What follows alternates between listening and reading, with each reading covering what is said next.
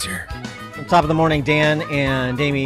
Stay tuned. 8 o'clock this morning, we're going to have Tom DeVore, the attorney in that case representing the school districts that the Sangamon County Court judge ruled on Friday, voiding the emergency orders by Pritzker and allowing school districts and individual schools to chart their own course with respect to these COVID mandates. So he'll have more color on what transpired and what's next. Yeah, programming note. And we want to keep hearing from you. And we got a text message. The text line's blowing up. I work for District 203, Naperville. I'm on my way to work this morning. I do not plan on wearing a mask, and I have no idea if I'm going to have a job within the next 2 hours. We'll also tweet out this updated list of the schools and school districts that have gone mask optional. He was there when I was there. He's a couple years older than me. Longtime sports writer. He parachuted out of the Sun-Times to a sinecure at Medill to head up the sports reporting there because, the left takes care of itself with all the institutions they control. He was on ESPN's Around the Horn the other day talking about the Beijing Olympics in advance of the Olympics. How do you watch the Olympics? How can you participate in this knowing that the Chinese communists have 1 million Uyghur Muslims in concentration camps? And here's what my fellow Northwestern alum had to say. I think it's standard in sports right now. You have to have a cognitive dissonance. You need to compartmentalize. We've never had a more enjoyable NFL playoffs in this country, and we've never had more people watching the playoffs, and yet it goes on amid the ongoing allegations against Dan Snyder owning the Washington football team and the continuous concussion concerns, and now the concerns about diversity and the allegations and the questions about competitive integrity even, all of that, and yet we're still enjoying the games. And who are we to criticize China's human rights records when we have ongoing attacks by the agents of the state against unarmed citizens, and we've got assaults on the voting rights of our people of color in various states in this country? So sports, I think it is possible, and it's necessary more than ever to just shut everything out if you are to enjoy the actual games themselves. Assaults on your voting rights, where? I'm used to the left comparing America 2022 to Selma 1965. That's what they need to sell, the race hustlers. This is sort of a 2.0 version of that. Not only is it Selma 1965, now it's Beijing 2022, America is. For more on this topic and others, we're pleased to be joined by Jason Riley, who's the editor of the Upward Mobility column for the Wall Street Journal, senior fellow at the Manhattan Institute. He's got a new book out. Always enjoy his work. The Black Boom is the name of Jason Riley's new book, and it releases today, The Black Boom, so pick it up. Jason, thanks for joining us again. Appreciate it. Thanks for having me. I know we want to get to the topic of your book and the Trump years and what it meant for Black American families, but J.A. Donde's comment as we continue to sort of force-feed everything through a racial prism in this country such that America has no moral standing to comment on anybody else because we're just as bad as, say, President Xi and the Chinese communists. He sounds like a plant by President Xi from the communists. The communists have been doing this for a long, long time. You can go back to the 1920s and 30s, and this is what they would do, using, the civil rights issues in America to do it, just as we heard there. So there's a long, long history of this, and it's just as disgusting today as it was back then. Mm-hmm. Yeah, I just... the struggle to get past this into more intelligent conversation, this has to be something that is particularly frustrating to you. And, of course, when you try to do that, particularly somebody in your position, you're criticized as not being down with the struggle. Well, yes, but he's also got his facts wrong. On something like voting, we've been setting voting records for minorities in this country, even in states with the strictest voter ID laws, which of course are supported by most blacks. And so, when he talks about unarmed shootings, he does not talk about crime rates. You can't break down police shootings by race without breaking down criminal behavior by race. Yeah. Well, which states have the strictest voting laws, and what exactly is in place that makes some African Americans or blacks say that there's an assault on their voting rights? Well, it's not the African Americans themselves. It's these elites claiming to speak on their behalf. Mm-hmm. But I'm talking about states in the Deep South like Georgia in particular, where in some years, in recent years, black voter registration rates have outpaced those of whites, and black voter turnout has outpaced those of whites. And this phenomenon throughout the country. States like Mississippi, Tennessee, also you see black voter turnout exceeding white voter turnout. So there's just no basis for what he's saying. Well, one wonders why Stacey Abrams is even bothering to run in Georgia with blacks not allowed to vote there. She has no chance. Yeah, in the year that she started her voter organization, which was 2018, both black voter registration and black voter turnout exceeded white voter registration and white voter turnout. I mean, that was an organization with, a solution in search of a problem. But we've seen this uptick in black voter turnout dates all the way back to the 1990s, to the Clinton administration. There's been a steady rise in black voter turnout and participation. The idea that the black franchise is in jeopardy in America is a fiction created on the left to scare blacks to the polls. There's no basis in reality. Your book, The Black Boom, it's focused on how black families performed economically during the Trump years. Why did you think this was an important story to tell?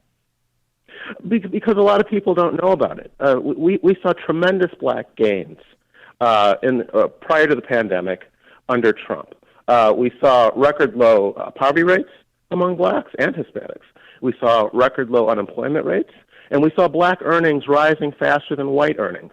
And it was a story that the media largely ignored because they had, decided to portray Donald Trump as anti-black, and this would have undermined that narrative. So I wanted to put the numbers out there and tell this story. I think it's an important one, particularly because right now the Biden administration wants to reverse a lot of the policies, I believe, led to those results, namely cutting taxes, reducing regulations. And why do that if those sorts of policies produced the results that they did prior to the pandemic? Well, what were some of the policies in place that helped, reduce record low rates of unemployment and poverty among blacks and Hispanics? Well, I think mainly it was cutting taxes, that corporate tax rate. Reducing that, it made corporations bring money back to this country that they had parked overseas because the tax rates were so high. So cutting that corporate tax rate led to the repatriatism of a lot of funding that was used as capital investment in corporations here. And what they did was they hired here in the U.S., particularly in the manufacturing sector. And this was just a boon for working class Americans all around. And the reason it helped blacks in particular is because blacks are disproportionately working class in this country. But what it really created was a working class boom that blacks were able to take advantage of. And there was also deregulation that took place. And again, that worked to the benefit of corporations. It made them more productive, and they hired more. And so we saw economic growth. And when we see economic growth and blacks are able to participate in that growth, you see the outcomes we were getting, lower unemployment, lower poverty, and higher wages. How concerned are you with the pandemic policies of the last couple of years that some of those advances that were made will be lost because of sort of government interceding to crowd out more of that private investment and to and frankly to incent not working, to bailouts and extended unemployment and enhanced unemployment benefits and these things? How concerned are you that progress will be lost? The latter in particular. I'm very concerned about the latter, incentives not to work. Fewer people working means the country's less productive, and ultimately that can affect our quality of life in this country. And so, yes, this idea that he not only wants to expand the welfare state for poor people, he wants to extend government relief well into the middle class, to families making six figures. And I think that's ridiculous, and it will create, people respond to incentives. And if you give them incentives not to work, you're going to get fewer people working. Well, and the other thing, too, is the disproportionately negative impact, again, negative across the board, but disproportionately negative impact on minority kids in schools because of how the schools have performed. Even as the school choice movement is gathering more steam, that's good news. But you still have, obviously, the overwhelming majority of kids, particularly in urban centers, in government schools that have been largely absent without leave for the last 2 years. And so now you've got kids even further behind than they were at the beginning of the pandemic, and that doesn't bode well for them, for their future. No, it doesn't, and that's why I'm hoping what we saw happen in Virginia is the beginning of something and not a one-off. And I'm optimistic about that. I think that the teachers unions really overplayed their hand during the pandemic, and now more Americans know that these groups have a lot of power, and their power over our schools extends to a power over us, because to the extent that our kids can't go to school, we can't go to work, and so forth. So I think that was a real wake-up call, and hopefully the unions will pay a price for that. Just going back to the sports world for a second, I wanted to get your comment not only on the former Miami Dolphins coach Brian Flores' discrimination suit against the NFL, but the response over the weekend from Roger Goodell, the NFL commissioner, which is to say, we're not doing enough to expand diversity in the coaching ranks. We need to do more. We're going to bring in some outside people to tell us how to do better. How do you react to a response like that from Goodell? Well, I think he's under pressure to say something in response. I don't know if that is going to be the solution. I mean, these are these owners. They're their teams. They can hire who they want. There's nothing to stop someone like an Oprah Winfrey going out from buying a football team or starting a franchise and hiring who she wants. And I don't think that she'd want people looking over her neck telling her who to hire. So if Goodell's got to worry about the image of the league. And so I think that's why he's saying what he's saying. He sort of sounds like a university president being criticized by the faculty over retiring.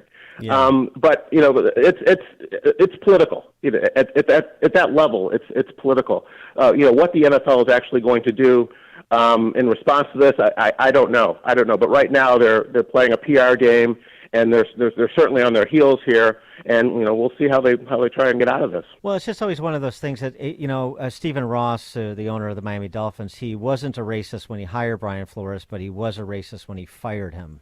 And it's just the logical thread that doesn't hold up when it comes to those that are always crying racism in these instances.